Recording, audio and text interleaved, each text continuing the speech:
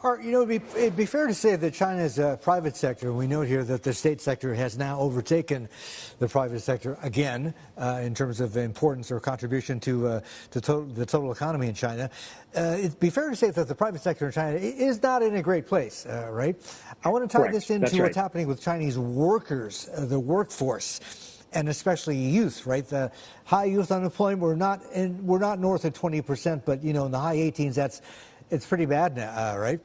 What do you make of reports that Chinese youth now are applying? We're seeing more and more of them applying to try and get a job in the government, to work in, I guess, the equivalent of their civil service. When, not so long ago, right? Any sort of kid worth his salt from a good university in China would prefer to work for, I don't know, Baba or some nice, hip, big tech startup. But now they want to work for the government? What does that tell you? Well, I think that's an evolution of something that we've been seeing for the last several years. So it used to be, if you go back 10, 12 years, that the dream job for graduates was either in a big Chinese domestic company or foreign companies at that point. And people didn't want to work in state-owned enterprises. Then about 8 or 10 years ago, state-owned enterprises started to be favored. And so if you really wanted to get ahead, you looked for a job in a big SOE. And I think now what people are seeing is that with the economy fairly sluggish, the most reliable, safe thing to do is get a job in the government because you know that the government jobs, if you can get them, will basically be there forever. I think it's also possible that some of the fiscal stimulus that we'll see will go into expanding the civil service and raising people's wages and so forth. So people may be anticipating that expansion of government is really, their best opportunity. Yeah, and I think that's not great for China's long-term growth prospects for sure.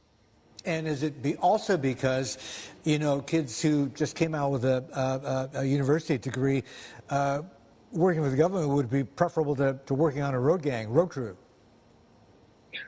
Yeah, well, I think that's really not a realistic option for most Chinese graduates. But look, it's long been the case that, if you look at Chinese husbands and wives, typically the sort of arrangement that they had is one person would work in the private sector and make the most money, but also take on the most risk.